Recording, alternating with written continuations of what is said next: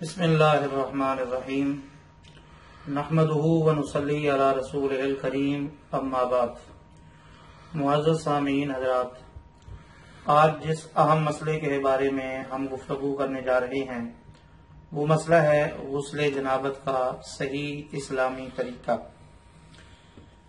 بحمداللہ ہم مسلمان ہیں اور مسلمان ہونے کی حیثیت سے ہمیں اپنے سارے کام اسلامی اصولوں اور قوانین کے مطابق کرنے چاہیے۔ غسل جنابت انتہائی اہم مسئلہ ہے چونکہ اس کا تعلق طہارت اور صفائی سے ہے، اور ہمارا دین صفائی پر بہت زیادہ زور دیتا ہے، یہاں تک کہ اللہ کریم نے جن لوگوں سے محبت کی ہے ان کے اندر ان لوگوں کو بھی شمار کیا جو لوگ صفائی کو پسند کرتے ہیں۔ ان اللہ یحب التوابین ویحب المتطہرین، اللہ کریم توبہ کرنے والوں کو اور صفائی رکھنے والوں کو پسند کرتے ہیں۔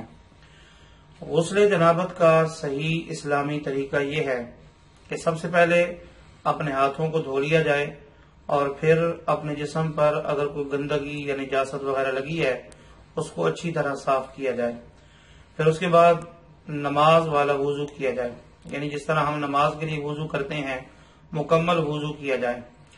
غسل جنابت چونکہ فرض ہے تو اس کے اندر 3 چیزیں زیادہ ضروری ہیں۔ پہلی چیز، خوب اچھی طرح کولی کی جائے، اگر غرارے کر لیے جائیں تو وہ زیادہ بہتر ہیں۔ دوسرے نمبر پہ ناک کے اندر پانی چڑھانا ہے جہاں تک ممکن ہو سکے، اور تیسرا فرض ہے کہ پورے جسم پر پانی بہانا ہے کہ ایک بال کے برابر بھی ہمارے جسم کی جگہ خشک نہ رہے۔ تو اب مکمل غسل جنابت آپ یوں کریں گے، سب سے پہلے اپنے جسم پر موجود نجاست اور گندگی کو صاف کر لیں، دھو لیں، پھر نماز والا وضو کریں اور اس کے بعد آپ غسل شروع کریں۔ اور غسل آپ نے دائیں طرف سے شروع کرنا ہے کہ پہلے پانی آپ کے دائیں طرف پڑنا چاہیے، کیونکہ ہمارے نبی پاک صلی اللہ علیہ وسلم ہر کام کے اندر اس بات کو پسند کرتے تھے کہ اس کو دائیں طرف سے شروع کیا جائے، پہلے دائیں اور پھر بائیں پانی ڈالا جائے، اور پھر اس کے بعد اس قدر اپنے جسم پر پانی بہایا جائے کہ جسم کے اندر بال کے برابر بھی جگہ خشک نہ رہے۔ اس کے بعد آپ کا یہ غسل جنابت مکمل ہو چکا ہے۔